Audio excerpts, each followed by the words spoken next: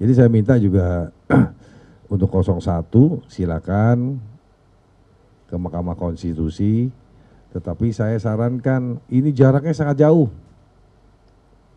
Kalau cuma bedanya 1% itu mungkin bisa, ini hampir 10% bedanya. Ini kan juga jangan mengada-ngada gitu.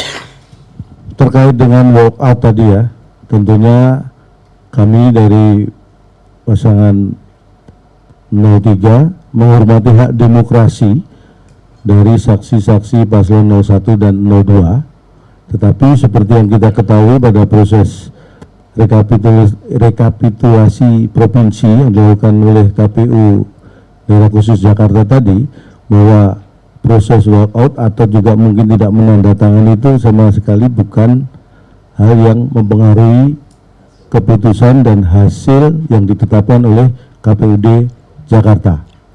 Jadi secara proses itu tidak mengganggu, atau mungkin memang pertimbangan teknis mungkin juga ya, mereka walkout mungkin takut kalau keluarnya barengan terlalu berdesakan mungkin ya. Enggak ya. Terus kalau bicara tingkat partisipasi, tadi disebutkan bahwa dengan penghitungan yang DPT, saya bisa bacakan ya,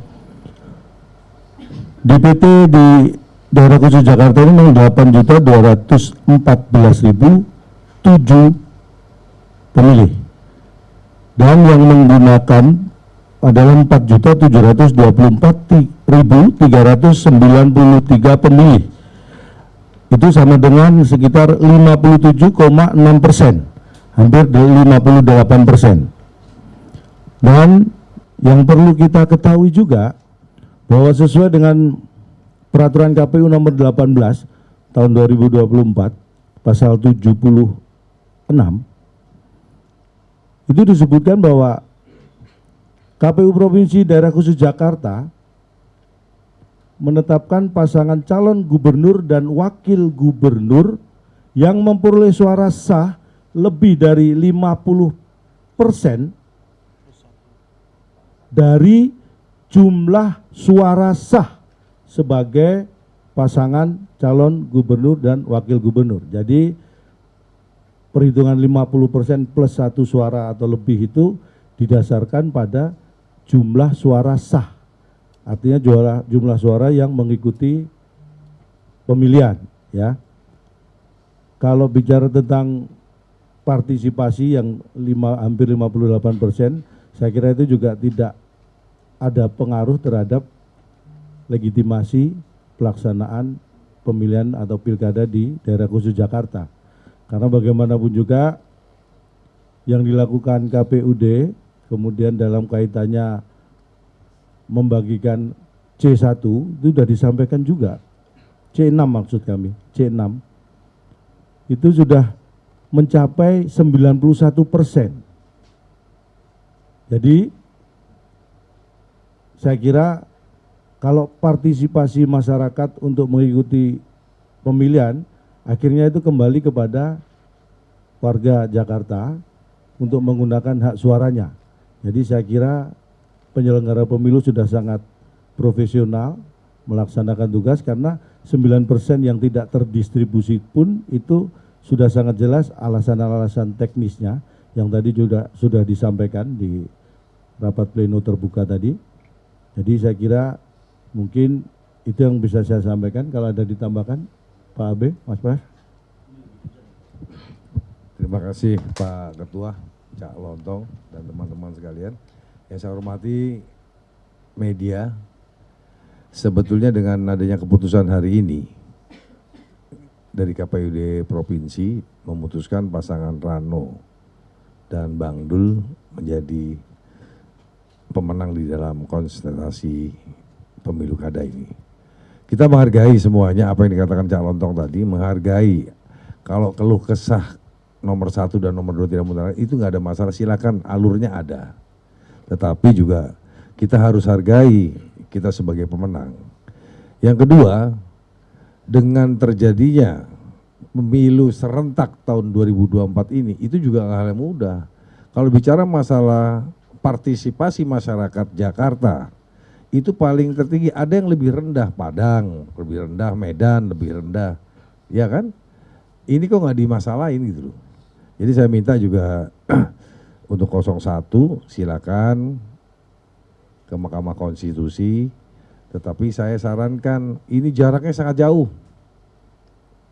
Kalau cuma bedanya 1% itu mungkin bisa, ini hampir 10% bedanya. Ini kan juga jangan mengada-ngada gitu. Jadi saya minta tolong sekali lagi, dengan pesta demokrasi yang baik di Jakarta ini jangan dirusak dengan kepentingan-kepentingan yang tidak masuk di akal. Karena bukan apa, kita pernah kalah, kita pernah menang. Kita sekarang kita menang terus terganggu-ganggu. Ya saya rasa itu jangan sampai terjadi ya. Ini udah baik, dan saya juga terima kasih kepada masyarakat Jakarta. Sekali lagi masyarakat Jakarta yang datang ke partisipasi ke TPS. Saya juga terima kasih dengan TNI Polri yang telah menjaga keamanan. Hari ini juga Jakarta baik-baik dengan suasana yang baik, ada hawa hujan tapi dingin-dingin semua, itu yang harus dijaga. Jadi saya minta sekali lagi silakan teman-teman 1 ataupun 2 untuk memprotes, ya silakan ada tempatnya MK. Saya rasa itu. Terima kasih. Oke, Bendahara juga baru datang, Bang Charles. Mungkin Bang Charles ada yang mau disampaikan kepada warga Jakarta dan juga teman-teman media menyikapi keputusan dan juga rekapitulasi penetapan dari KPU tadi. Ya, terima kasih. Mungkin saya hanya ingin menambahkan satu hal saja. Saya dalam beberapa hari ini sudah sempat bertemu dengan masyarakat keliling Jakarta, dan rata-rata memang sudah mengharapkan adanya pemerintahan baru di Jakarta yang siap bekerja ya untuk segera bisa menyelesaikan permasalahan warga Jakarta. Jadi saya harapkan mungkin ada kebesaran hati dari pasangan 01, 02 untuk bisa, ya kita kan sudah melewati prosesnya, kita terima hasilnya, bahwa memang apabila mereka ingin melakukan gugatan hukum, mereka punya hak untuk itu, tetapi memang keinginan rakyat Jakarta hari ini adalah pemerintah bisa segera bekerja. Ya, terima kasih. Oke, teman-teman ada pertanyaan lagi atau dicukupkan? Oke, terakhir ya, 1 ya. Oke, silakan.